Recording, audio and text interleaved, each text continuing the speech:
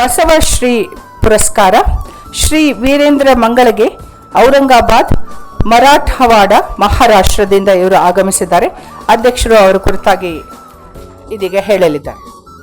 ಅವರ ಮನೆತನದವರು ಕೂಡ ಬುರಾಂಡೆ ಅಣ್ಣ ನಾನು ಮಾತನಾಡೋ ಕಾರಣ ಇಷ್ಟೇ, ಅವರಿಗೆ ಕನ್ನಡ ಅಷ್ಟಾಗಿ ಅರ್ಥ ಆಗೋದಿಲ್ಲ. मला बहुत छान लगत आहे साहेब, ಖುಷಿ झालं. ಔರಂಗಾಬಾದಿಂದ ಇಷ್ಟು ಜನ ಅಲ್ಲಿಂದ ಬರಬೇಕಾದ್ರೆ ಸಾಮಾನ್ಯ ಕೆಲಸ ಅಲ್ಲ. ಅವರನ್ನು ಅಷ್ಟು ದೊಡ್ಡ ಆಸ್ತಿ ಬಹುಶಃ ನಾನಂತೂ ಕೊಡ್ತಿದ್ನೋ ಇಲ್ಲೋ ಗೊತ್ತಿಲ್ಲ, 3 ಎಕರೆ ಸಮಾಜಕ್ಕೆ ಕೊಟ್ಟು ಅನುಭವ ಮಂಟಪವನ್ನು ಕಟ್ಟಿ, ಅನುಭವ ಮಂಟಪದಲ್ಲಿ ಲಿಂಗ ಯೋಗಕ್ಕೆ ವಿಶೇಷ ವ್ಯವಸ್ಥೆಯನ್ನು ಮಾಡಿ ಅಲ್ಲಿ ಹೋಗೋರು ಸುತ್ತಮುತ್ತ ಇರೋರು ಎಲ್ರಿಗೂ ಕೂಡ ಒಂದು ಅಪರೂಪದ ಸಾಧನೆಯನ್ನು ಮಾಡಿದ್ದಾರೆ. ಆಮೇಲೆ ಅವರ ವ್ಯವಹಾರಕ್ಕೂ ಕೂಡ ನಾನು ಹೋಗಿದ್ದೆ. ಇಂಡಸ್ಟ್ರಿ ಇತ್ತೀಚೆಗೆ ನನಗೂ ಕೂಡ ಅವರಿಗೆ ಉದ್ಘಾಟನೆ ಮತ್ತು ನನಗೆ ಮಹಾರಾಷ್ಟ್ರದಿಂದ ಸನ್ಮಾನ ಮಾಡಿದ್ರು.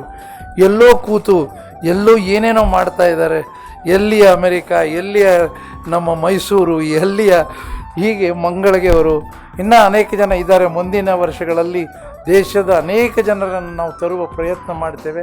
ಆದರೆ ನಿಮ್ಮ ಸ್ಪಂದನ ಬಹಳ ಅವಶ್ಯ.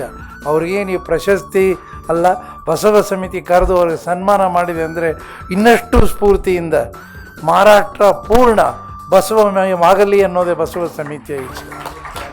Doctor Aravind Anna Jattiji, doctor N G Govindappa Mahadevappa, doctor C M Kundgol, Shri Harish ji Hiremath, Shrimati Jaya ji Rajashekhar madam, Shri Shankar ji Gudas, Shri Shankar ji Biradar, बसोपीठ के सभी महानुभावों को मेरा प्रणाम. यहाँ जो भी शरण शरणी आए हैं उनको मेरा सादर प्रणाम. प्रथमतः बसव समिति द्वारा भारत के पूर्व राष्ट्रपति और बसव समिति संस्थापक सम्मानीय डॉक्टर बी डी जत्ती जी के 112वीं जयंती के महोत्सव तथा बसव समिति हरित जयंती समिति के इस अवसर पर आपने मुझे बुलाकर बसव श्री सम्मान से सम्मानित किया और आपने जो ये सम्मान दिया है उसके लिए मैं आप सभी का धन्यवाद करना चाहता हूँ. और ये बसव कार्य में मेरे साथ देने वाले सभी सहकारियों का मैं आभारी हूँ. मेरे लिए यह सम्मान दुनिया के सभी सम्मान में से सबसे बड़ा सम्मान है. मैंने कभी सोचा भी नहीं था कि ऐसा कोई सम्मान मुझे कभी मिलेगा. तो अभी ये जो मुझे सम्मान मिला है, इससे जो दायित्व है वो सम्मान के प्रति बहुत बड़ा है और समाज के प्रति भी इसके वजह से बड़ा है. इस दायित्व को पूरा करने के मैं पूरी तरह से कोशिश करूँगा. सबसे इम्पोर्टेंट ये था कि मैं महाराष्ट्र से हूँ. मेरी मदर टंग जो है मराठी है.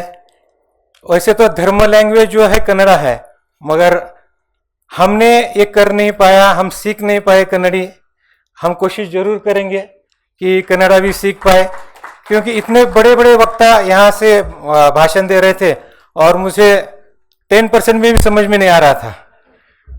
और इसलिए मैंने अभी सोचा कि मराठी के जगह हिंदी में थोड़ा बात करूं. सबसे पहले मैं मेरा परिचय देता हूं. मैं वीरेंद्र गुरलिंगप्पा मंगल के छत्रपति संभाजीनगर अभी नामकरण हो गया, पहले औरंगाबाद नामकरण था. मराठवाड़ा रीजन महाराष्ट्र से हूं. वहां पे मैं एक छोटा उद्योग चलाता हूं. वहां पे हमारा प्रोडक्शन इलेक्ट्रिसिटी से जो है वो बनता है. और एक्चुअली मैं बेसिकली मैं लातूर से हूं. मेरा जन्म जो है लातूर में हुआ था. वहाँ लिंगायत कम्युनिटी काफ़ी है. और मेरे जो पिताजी है वो शिक्षक थे और वो एक्चुअली कम्युनिस्ट विचारसरणी के थे. और जो बचपन गया, जो अड़ोस पड़ोसी थे उनके साथ में मैं कुछ दिन आरएसएस में भी गया. मेरे सिस्टर का शादी होने के बाद में मैं जीजा जी के साथ में आर्य समाज में गया. फिर उसके बाद में एजुकेशन और जॉब और जो कि अभी जो कार्य चल रहा है कर्म, उसके लिए संभाजीनगर में आ गया. जब मैं संभाजीनगर में आया तो उस समय में जो मुझे बहुत सारे दोस्त वगैरह मिले थे, उसके साथ में कुछ संस्थाओं के साथ में भी मुझे काम करने का अवसर प्राप्त हुआ. उस समय कुछ किताब पढ़ने की भी मैंने चेष्टा की, जैसे कि बौद्धनिज्म है, हिंदुनिज्म है, जैनिज्म है, जू है, यहूदी है. मगर मुझे बसवना के बारे में ज़्यादा कुछ मालूम नहीं था, जबकि मेरा समाज बसवन्ना से बिलोंग करता है, लिंगायत है, फिर भी बसवन्ना के बारे में इतना कुछ पता नहीं था। फिर बसव समिति द्वारा जो मासिक आता है बसव पथ, और वचन जो ट्रांसलेटेड हुआ था मराठी में, उसके कुछ कॉपी मिले, उसकी स्टडी किया थोड़ा।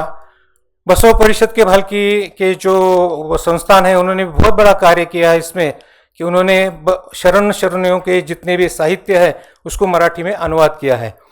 सही में तो वो हमारे ऊपर बहुत बड़ा ऋण है। हम कितना भी कोशिश करें तो ये उपकार हम फेड नहीं सकते, क्योंकि उसके सिवा हमें बसवन्ना पता ही नहीं चलते थे।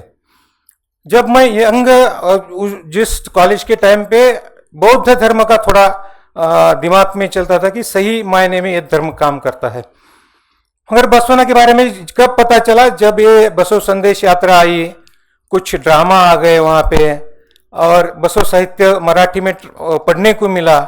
उसके बाद में समझ में आया कि बसव फिलॉसफी क्या है। बसव फिर अरविंदाना जत्ती के साथ में मुलाकात हो गई। हमने एक लिंगायत मंच बोल के कार्यक्रम किया था डिस्कशन के लिए, जो महाराष्ट्र में जो बसव फिलॉसफी पे काम करते हैं और जो भी लिंगायत फिलॉसफी पे वर्क करना चाहते हैं उनके लिए। तब बसवन्ना और उस टाइम में और एक चल रहा था, आप होरा बोलते उसको, लिंगायत धर्म स्वतंत्र महाअग्नि जो है, कर्नाटक से निकली और महाराष्ट्र में भी बहुत अच्छी तरह से वो फैल गई। उसका बेनिफिट पॉलिटिकली क्या हो गया मुझे पता नहीं है, मगर बसवन्ना क्या है वो लोगों को पता चल गया। लिंगायत कम्युनिटी महाराष्ट्र में कुछ मायना रखती है, ये भी गवर्नमेंट को समझ में आया, और उससे एक फायदा ये होगा कि बसवेश्वर आर्थिक महामंडल हमको मिल गया, और जो भी वहाँ के अभी रोजगार के जो इश्यूज है, बच्चों की पढ़ाई के इश्यूज है, उसमें थोड़ा बहुत सहूलियत मिलेंगी, ऐसा मैं समझता हूँ।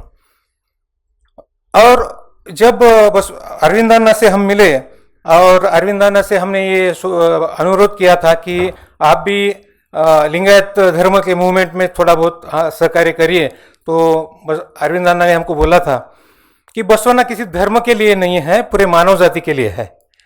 और वो उनके विचार जो है मुझे इतना प्रभावित किए कि हमने भी सोचा कि लिंगायत धर्म के बजाय फिलॉसफी के ऊपर काम करेंगे। बसवन्ना के विचार आचार जो है वो किस तरह से लोगों में जाएंगे, जो तरुण है उनके तरफ कैसे जाएंगे। एक्चुअली महाराष्ट्र में क्या होता है कि जैसे कि मेरे जैसा तरुण जिसको हम लिंगायत से बिलोंग करने के बावजूद भी हमें अगर बसवन्ना समझ में नहीं आता, उसका रीज़न ये है कि हम हमारी फिलॉसफी छोड़ के हमारे जो बच्चे हैं वो माँ बाप की एक गलती क्या होती है, गलती या जो भी उन्हें जो होता है संस्कार बोलो, महाभारत पढ़ाया जाता है, रामायण पढ़ाया जाता है, मगर बसवन्ना और शरणों के बारे में बताया नहीं जाता। अभी मैंने ये जो बच्चों को देखा, खुशी को, ऐसे माँ बाप की जरूरत है कि जो बच्चों को बचपन में ही उनको बसवन्ना और शरणों के बारे में बताए, उनमें ये बसवन्ना क्या थे, उनकी सोच क्या थी। अभी हम सोचते हैं कि इंडिया को विश्व गुरु बनाएंगे, पॉसिबल है क्या? अगर जिस देश में जाति पाति का राजकारण चलता हो, यहाँ इतना बड़ा उसी जो पॉलिटिक्स है वो तीन चीज़ों पे ही चलता है, एक जाति पाति पे चलता है, और जो बेसिक नीड्स रहते हैं लोगों के, पानी हो गया, इलेक्ट्रिसिटी हो गया, वो करना नहीं चाहते, वो जो क्वेश्चंस है वो मिटाना नहीं चाहते हो। उसी को ही कंटिन्यूस होने के बाद में उनको वोटिंग बैंक जो रहता है वो परफेक्ट मिलते रहता है।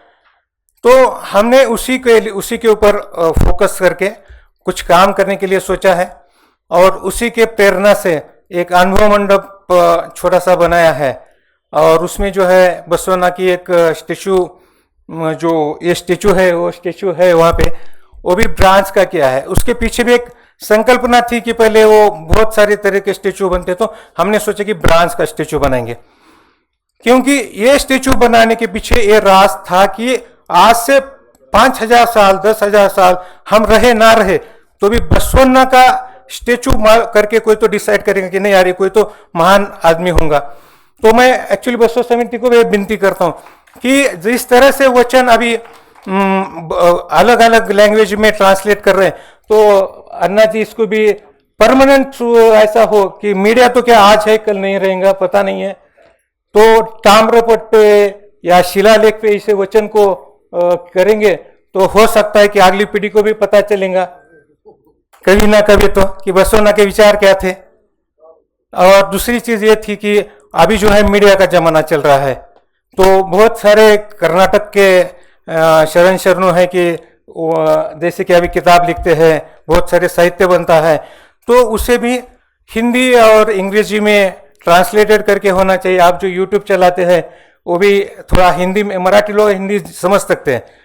और बसवण्णा अमेरिका तक चले गए, न्यूजीलैंड तक गए, मगर इंडिया में अभी जिस तरह से बसवण्णा के विचार जाना चाहिए उस तरह से गया नहीं, ऐसा मुझे खुद को दिल से लगता है। और ये हमारे सबका दायित्व है कि बसवण्णा के को हर घर घर में पहुंचाना चाहिए।